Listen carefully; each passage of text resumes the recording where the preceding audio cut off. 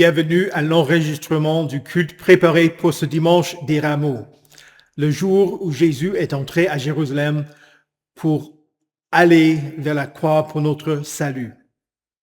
Avec la foule, nous disons « Hosanna au fils de David ».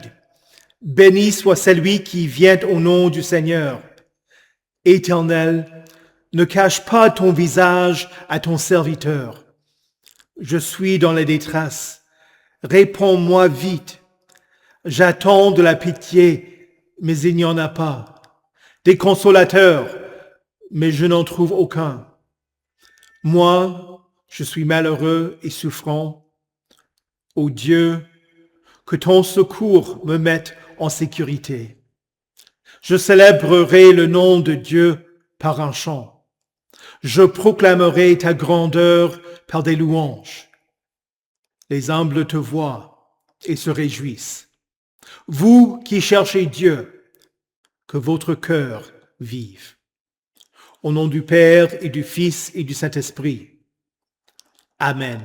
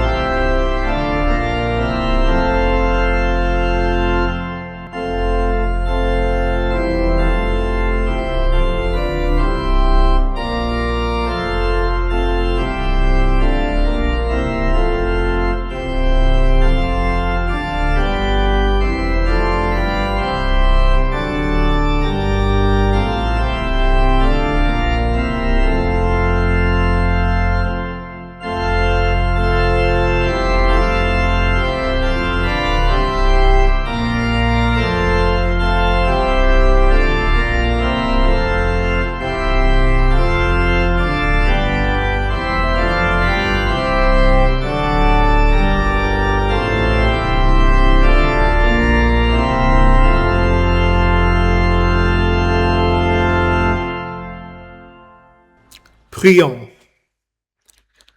Dieu Tout-Puissant, en ce jour, ton Fils Jésus-Christ est entré dans Jérusalem, la ville sainte, et ceux qui le proclamaient roi étendaient leurs manteaux sur le chemin et jonchaient la route de Rameaux.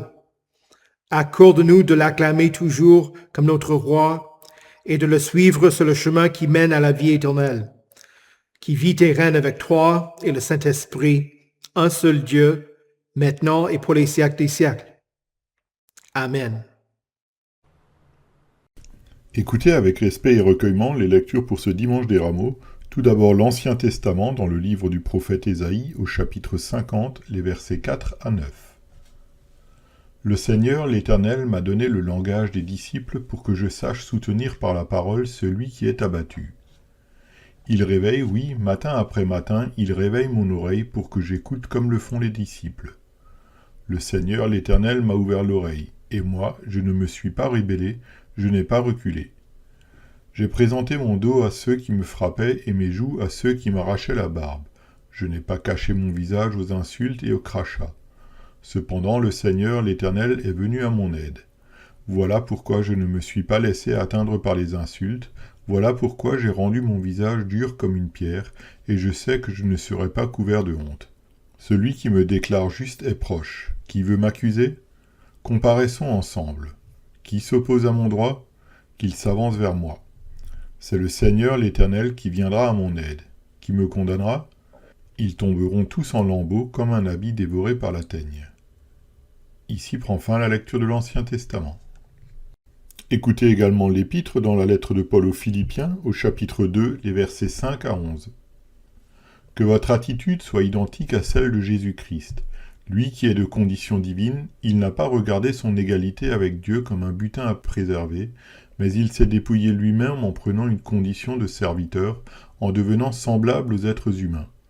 Reconnu comme un simple homme, il s'est humilié lui-même en faisant preuve d'obéissance jusqu'à la mort, même la mort sur la croix. C'est aussi pourquoi Dieu l'a élevé à la plus haute place et lui a donné le nom qui est au-dessus de tout nom, afin qu'au nom de Jésus, chacun plie le genou dans le ciel, sur la terre et sous la terre, et que toute langue reconnaisse que Jésus-Christ est le Seigneur, à la gloire de Dieu le Père. Ici prend fin la lecture de l'Épître. Écoutez enfin l'Évangile de Matthieu au chapitre 21, les versets 1 à 11. Lorsqu'ils approchèrent de Jérusalem et qu'ils furent arrivés à Bethphagée, vers le mont des Oliviers, Jésus envoya 2 disciples en leur disant « Allez au village qui est devant vous. Vous y trouverez tout de suite une ânesse attachée et un ânon avec elle. Détachez-les et amenez-les-moi. Si quelqu'un vous dit quelque chose, vous répondrez « Le Seigneur en a besoin », et à l'instant il les laissera aller. Or tout ceci arriva afin que s'accomplisse ce que le prophète avait annoncé. Dites à la fille de Sion, voici ton roi qui vient à toi, plein de douceur et monté sur un âne, sur un ânon, le petit d'une ânesse.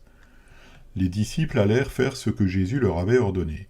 Ils amenèrent l'ânesse et l'ânon, mirent leurs vêtements sur eux, et Jésus s'assit dessus. Une grande foule de gens étendirent leurs vêtements sur le chemin, d'autres coupèrent des branches aux arbres et en jonchèrent la route.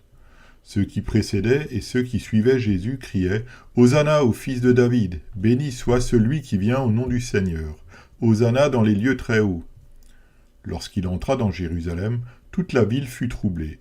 On disait « Qui est cet homme ?» La foule répondait « C'est Jésus, le prophète de Nazareth en Galilée. » Ici prend fin la lecture de l'Évangile. Heureux ceux qui écoutent la parole de Dieu et qui la gardent. Confessons notre foi.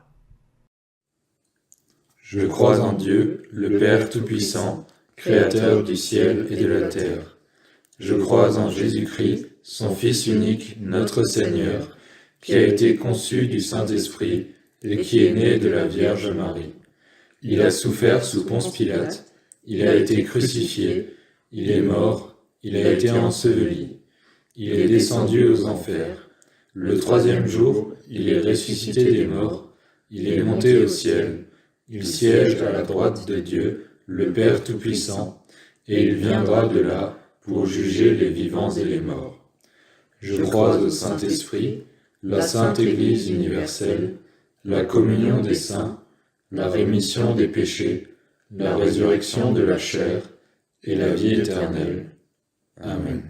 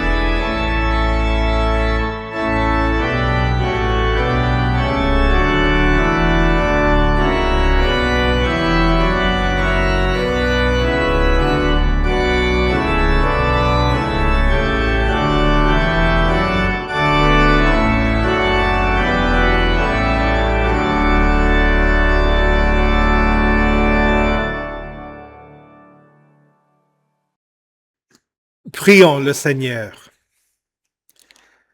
Béni sois-tu, Jésus, fils de David. Tu es notre roi qui vient à nous, plein de douceur.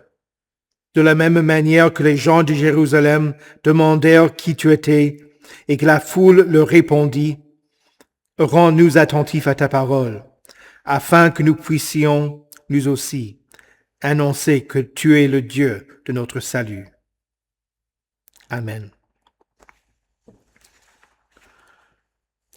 Saint de Dieu, précieux et bien-aimé, que la grâce et la paix vous soient données de la part de Dieu, notre Père, et de notre Seigneur Jésus-Christ. Amen. Voici ton roi qui vient à toi, plein de douceur et monté sur un âne, sur un ânon, le petit d'une ânesse. C'était une prophétie de Zacharie après la chute de la lignée de David, au cours de la captivité à Babylone. Il n'y avait plus de roi à Jérusalem, et pourtant, le prophète dirigeait l'attention du peuple vers la promesse que l'Éternel allait envoyer un Messie. Pour comprendre l'accomplissement de cette prophétie, il faut commencer par l'institution de la monarchie en Israël. Dans le premier livre de Samuel, au chapitre 8, le prophète était déjà un vieillard et ses fils étaient des juges corrompus. Que deviendrait le peuple après le décès du prophète? Les anciens d'Israël se rassemblèrent donc et dirent à Samuel, « Donne-nous un roi pour nous juger. » Le peuple voulait un roi comme l'avaient les autres nations, un vaillant homme qui marcherait à sa tête et qui conduirait ses guerres. Jusqu'à ce moment, le peuple devait comprendre que l'Éternel avait été son roi. Par sa demande, la nation rejetait l'Éternel. L'Éternel dit à Samuel, « Écoute le peuple dans tout ce qu'il te dira, car ce n'est pas toi qu'il rejette, c'est moi, afin que je ne règne plus sur eux. Ils agissent envers toi comme ils l'ont toujours fait depuis que je les ai fait sortir d'Égypte jusqu'à aujourd'hui. Ils m'ont abandonné pour servir d'autres dieux. » L'Éternel établit la monarchie, mais cela ne veut pas dire qu'il céda sa place. En réalité, tout roi en Israël n'était qu'un représentant appelé à agir en son nom. L'Éternel était toujours leur vrai roi et le seul berger du troupeau d'Israël. Saül était le premier roi que Dieu choisit, mais il lui déplut en offrant un holocauste que Samuel était censé offrir. Après lui, David fut oint et devint le prochain roi. On le considérait comme le modèle, mais lui aussi était faillible. Et après lui, il y eut Salomon. Et la lignée continuait de génération en génération, Roboam, Abijah, Asa, l'un après l'autre, jusqu'à Sédécias. Quelques-uns des rois étaient fidèles et introduisirent des renouvellements de culte afin de ramener le peuple au culte de l'Éternel. Mais la plupart s'égarèrent et entraînèrent le peuple avec eux, jusqu'à ce que l'Éternel se serve du roi de Babylone pour leur faire fléchir. Quand les Babyloniens furent vaincus par les Perses, Dieu permit aux Juifs de rentrer en terre promise sans restaurer la monarchie. Les empires se succédèrent, Alexandre le Grand et les Grecs, puis une petite période d'indépendance pendant la période des Maccabées, et puis Rome. Et lorsque Hérode fut établi roi, ce n'était pas la volonté du peuple de Dieu, mais le Sénat romain lui accorda le titre de roi. Vraiment, la première indication que Dieu resterait son roi de la lignée de David venait des mages qui arrivèrent à Jérusalem en demandant « Où est le nouveau roi des Juifs qui vient de naître ?» Car nous avons vu son étoile en Orient et nous sommes venus pour l'adorer. Dieu accomplissait sa promesse. Il s'est incarné par la puissance du Saint-Esprit et il est né de la Vierge Marie. C'est ainsi que la prophétie de Zacharie fut accomplie quand Jésus descendit du mont des Oliviers. Jésus ne venait pas seulement comme un fils de David, il y en a eu beaucoup d'eux, mais en tant que le fils de David, en tant que le vrai roi. L'Éternel n'avait jamais abdiqué de son trône, mais il arriva pour leur salut. Il n'est pas venu comme un guerrier sur un cheval, mais humblement sur un âne. Une reprise de la manière dont Salomon était entré à Jérusalem sur la mule de David. Luther décrivit la scène en disant « Voici, il n'y a ni violence, ni armure, ni colère, ni fureur. Ici, il n'y a que bonté, justice, salut, miséricorde et tout ce qui est bon. » Dieu vint à son peuple humblement pour être acclamé, couronné et reconnu publiquement. Jésus se rendit au temple afin de le purifier. Là, il renversa les tables des changeurs de monnaie et les sièges des vendeurs de pigeons. Il guérit les aveugles et les boiteux qui s'approchèrent de lui. Tout montrait que le roi était là. Il remettait tout en ordre. Et les chefs des prêtres, les spécialistes de la loi, furent indignés à la vue des choses qu'il avait faites. Et des enfants criaient dans le temple, « Hosanna au fils de David !» Le rejet des religieux était immédiat. Ils ne voulaient pas que Dieu prenne le royaume de leurs mains. Ils ne voulaient pas que leur infidélité soit sanctionnée. Ils rejetèrent leur Dieu et leur roi, comme l'avaient fait leurs ancêtres. Ainsi, le couronnement de Jésus n'eut pas lieu au temple quand Jésus y arriva. Ce furent des soldats romains qui lui posèrent une couronne d'épines. Son acclamation par la foule du dimanche des Rameaux était glorieuse. Béni soit celui qui vient au nom du Seigneur. Béni dans les cieux les plus hauts. Mais le vendredi saint, Jésus fut moqué par ceux qui lui donnaient des coups de poing en disant « Salut, roi des Juifs !» Et à Golgotha, l'écriteau cloué au-dessus de sa tête, quand il fut crucifié, portait l'inscription « Jésus de Nazareth, roi des Juifs ».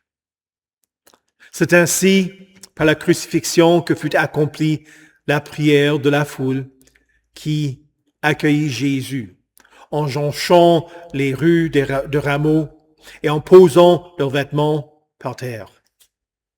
Hosanna. Le mot Hosanna veut dire « sauve-nous ». Et c'est ce que Jésus faisait en arrivant à Jérusalem. Il est venu afin de sauver son peuple. Dieu vint à son peuple en tant que leur vrai roi, celui qui avait été toujours le roi de leur salut. Et les chefs du peuple le rejetèrent. Ce texte introduit Jésus. Voici ton roi. C'était une parole destinée aux Juifs, mais elle s'applique autant à vous et à moi qu'à eux. Jésus est ton roi. Que les gens le récusent ou pas, qu'ils le répudient ou le reçoivent, Jésus est le roi. Il est ton roi. Et la question est donc, comment est-ce que tu le recevras? Réjouis-toi, car ton roi vient à toi, juste et victorieux. Ou est-ce que tu le repousses parce que tu ne veux pas qu'il soit ton roi? Il vient à toi. C'est une question de direction. Il vient et il t'appelle à abandonner le péché que tu aimes. Il vient à toi quand tu te sens indigne et te dit, j'ai pris ton indignité sur moi-même. Même lorsque tu t'éloignes de Dieu, lui ne cesse de te chercher. Jésus invite les gens à s'approcher de lui. Il dit, laissez les petits enfants, ne les empêchez pas de venir à moi, car le royaume des cieux est pour ceux qui leur ressemblent.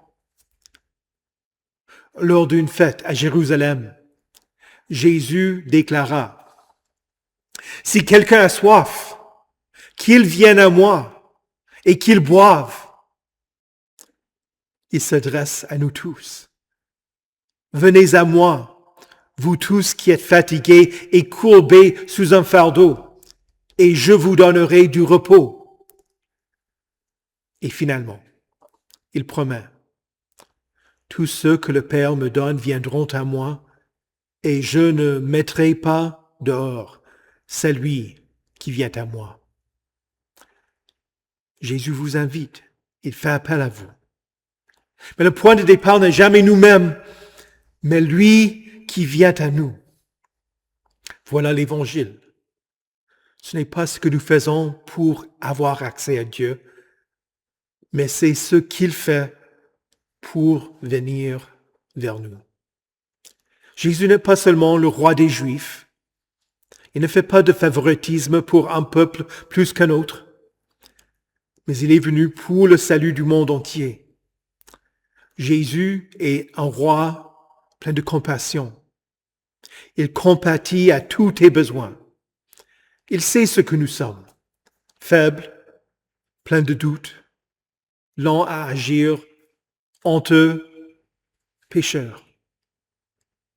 Il nous guide, il nous pardonne. Il intercède pour nous. Jésus est le Dieu, le roi rédempteur. Il nous a rachetés, non pas à prix d'or ou d'argent, mais par son saint et précieux sang, afin de nous délivrer de la puissance du diable, du péché et de la mort. Ton roi vient à toi, plein de douceur, non pas seulement une seule fois, mais il est ton berger qui te paie. Il est venu pour te sauver. L'Éternel, le Créateur de l'univers, n'attend pas jusqu'à ce que tu décides de retourner à lui. Il te cherche. Il veut que tu te joignes aux autres en disant « Hosanna au fils de David. Béni soit celui qui vient au nom du Seigneur. Hosanna dans les lieux très hauts. » Tu ne peux pas retourner au premier dimanche des Rameaux pour acclamer Jésus parmi la foule, mais tu peux le faire ici, aujourd'hui. Tu peux continuer à le faire chaque jour, et par sa grâce, ton roi qui vient à toi et qui t'accorde son pardon, Il le fait afin que tu sois compté parmi la foule immense. La foule immense décrite dans le livre de l'Apocalypse. Il se tenait debout devant le trône et devant l'agneau, habillé de robes blanches, des feuilles de palmier à la main. Il criait d'une voix forte, « Le salut est à notre Dieu qui est assis sur le trône et à l'agneau. Amen. La louange, la gloire, la sagesse, la reconnaissance, l'honneur, la puissance et la force sont à notre Dieu au siècle des siècles. Amen. Voilà votre espérance, qu'un jour vous serez rassemblés avec une foule qui, ensemble, louera le Seigneur pour l'éternité. Au nom de Jésus. Amen. Que la paix de Dieu, qui surpasse toute intelligence, garde vos cœurs et vos esprits en Jésus-Christ pour la vie éternelle. Amen. Prions. Hosanna, toi qui viens au nom du Seigneur, nous te louons et te glorifions pour ton œuvre merveilleuse. Tu nous as appelés à mettre notre confiance en toi et à te suivre. Tu nous as lavés de nos péchés dans l'eau du baptême. Tu pourvois à tous nos besoins et tu nous nourris de ton corps et de ton sang pour le pardon de nos péchés et pour fortifier notre foi. Tu viens vers nous qui sommes indignes et, sans aucun mérite de notre part, tu nous prépares une place dans ton royaume. Seigneur Jésus, le Fils de David qui vient au nom du Seigneur, nous te prions pour ceux qui ne veulent pas que tu sois leur roi. De la même manière que des gens de toute génération t'ont rejeté, certains continuent à faire de même. Nous te demandons d'envoyer ton Église afin de les inviter à toi et envoie ton Esprit Saint, lui qui appelle, rassemble, illumine et sanctifie les pécheurs. Seigneur Jésus, toi qui reçus avec joie les louanges des enfants et qui as dit, « Si eux se taisent, les pierres crieront. » Bénis l'enseignement de la foi parmi les enfants et les jeunes. Qu'ils soient amenés au culte et apprennent à t'adorer pour accomplir la parole qui dit, « Tu as tiré des louanges de la bouche des enfants et des nourrissons. » En particulier, nous te rendons grâce pour mission et jeunesse. Nous te demandons d'être avec eux pendant le week-end qui aura lieu prochainement. Et aussi, nous te demandons de faire fructifier l'organisation des camps d'été.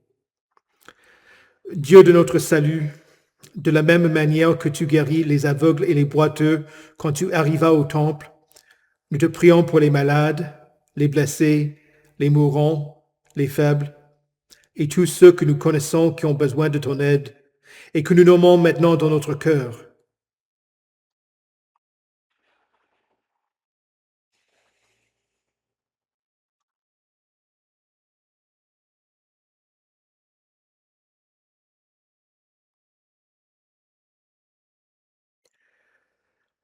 Sois propice selon ta bonté et vienne leur en aide, pour leur bien-être maintenant, mais aussi pour la vie de ton royaume qui n'aura pas de fin. Entre tes mains, nous nous confions, nous-mêmes et tous ceux pour qui nous te prions, en mettant notre confiance en toi par Jésus-Christ, ton Fils, notre Seigneur, qui vit et règne avec toi et le Saint-Esprit, un seul Dieu, maintenant et pour les siècles des siècles. Amen. Seigneur Jésus, conduis-nous à ton royaume et enseigne-nous à prier. Notre Père, qui es aux cieux, que ton nom soit sanctifié, que ton règne vienne, que ta volonté soit faite sur la terre comme au ciel. Donne-nous aujourd'hui notre pain de ce jour. Pardonne-nous nos offenses, comme nous pardonnons aussi à ceux qui nous ont offensés. Et ne nous laisse pas entrer en tentation, mais délivre-nous du mal.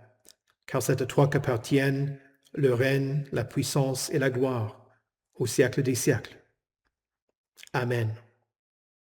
Recevez la bénédiction de l'Éternel. Que le Seigneur vous bénisse et vous garde. Que le Seigneur fasse luire sa face sur vous et qu'il vous accorde sa grâce. Que le Seigneur tourne son visage vers vous et qu'il vous donne sa paix. Amen.